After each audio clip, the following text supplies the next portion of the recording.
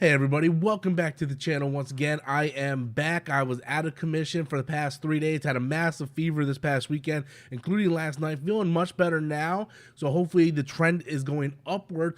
But today I want to talk about the recent weekend box office with Ant-Man 3, and that comes to today's topic by Quincy Gray, who said Ant-Man 3 made $100 million in this opening weekend, and already people say it failed. They say that about Avatar 2, and it made $2 billion. That is from Quincy Gray. Thank you so much for that. If you guys have any questions that you want in a topic and for a video, you can email me at robertstormsentertainment@gmail.com.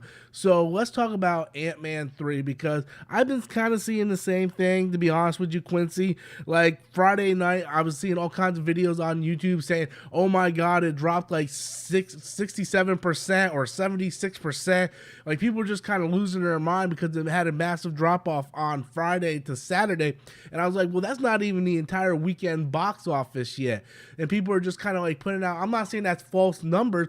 What I'm saying is that is from Friday to Friday. So that was from opening weekend, which you're always going to get more on your opening weekend than you do the previous week. I don't understand why people think that the previous weekend is going to be the same as, or if not better than, the opening weekend, because everybody's rushing out to go see it on Thursday and Friday. So yes, the following Friday is going to be a massive drop because the rush isn't there. You're getting people for repeat viewings or people that want to wait until the crowd dies down a little bit. Ant-Man 2 came in number one, beating out Cocaine Bear and Jesus Revolution with $32.2 million with a 69% drop off, which isn't terrible. I've seen a lot worse, but it's not exactly great. You want to have that like 55 to 60. This is like almost in the 70 range, but people are losing their mind, and I don't understand why they're losing their mind. Right now, Ant-Man 3 has grossed $363.6 million. That is just in 1 week. If we look at the previous numbers of Ant-Man 2, it grossed a total of 622.6. So as long as Ant-Man 3 can get up to the previous numbers of Ant-Man 2, then it should be fun. Creed is coming out this coming weekend. Creed is going to be a big movie. It's going to take a, like Ant-Man will not be number one after this week. Ant-Man will not be number one at the end of this week, but it's not going to take away from the overall box office enough that is going to affect it more going long term. You know, so I think Ant-Man's going to be fine. I think it's possible that it's going to reach that 622 that the second movies did, but we all kind of have to sit here and look at these movies and realize, look, this is not the same Marvel as it was going into Endgame, right? The amount of buildup going into Avengers Endgame was legendary, right? Every one of the Marvel movies were ranking up almost to $1 billion average per movie. It's not the same. It's not the same. There's a lot of reasons why it's not the same. We're not going to go over all those reasons, but there's a lot of different things in equaling to why that's not the same. And one of the biggest ones that I like to talk about is I like to compare the Marvel Cinematic Universe Phase 4 and Phase 5 to wrestling, right? Back in the Attitude Era, you had Stone Cold Steve Austin, The Rock, right? Those were the two guys that you had to tune into Raw every Monday night to watch. And then when those guys retired, it was up for the B-list wrestlers to kind of come up and take that spotlight. And for a lot of people, we didn't tune in to see John Cena or Triple H. So a lot of people like, just, you know what, we don't care about Randy Orton or John Cena, you know, and they stopped watching wrestling. A lot of people from Marvel Cinematic Universe point of view, we tuned in because we liked Captain America. We liked Tony Stark.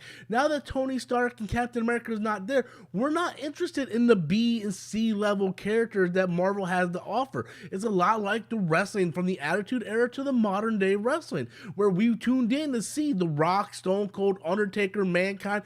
We didn't tune in to see John Cena, Randy Orton, and Edge. And unfortunately, that's the kind of comparison that I kind of see, is like now you're trying to see that these new mid-carders are trying to step it up. These mid-carders like Shang-Chi and Miss Marvel and all these other characters. And Ant-Man has never been a character who was like an A-list, B-list character. Yes, somehow Captain America and Iron Man, who weren't even A-list characters in the comics, really became like these massive stars that we all looked at and say, when Captain America and Iron Man are on the screen, we feel like we're safe. we have like this feeling of being home. And since that hasn't happened, since Tony passed and Cap went and did his own thing, right? There hasn't been that feeling of connection and home in the MCU. Everything's kind of disjointed. We have all these new younger characters. You can say Disney's politics are playing a part of it. You probably right in a certain percentage of that, but I don't think the average going moviegoer out on the street care about what Disney's doing with their politics and all that stuff, because they're not paying attention to that. So I don't think that's what's affecting the box office. I just think for a lot of people, Endgame was the end, because we no longer have these legendary characters that we followed for the past 10 years from phase 1 through 3, and now a lot of these, I like to call them mid-Carter characters, are not really stepping up and appealing to that audience anymore. Unfortunately, that's what I think it is.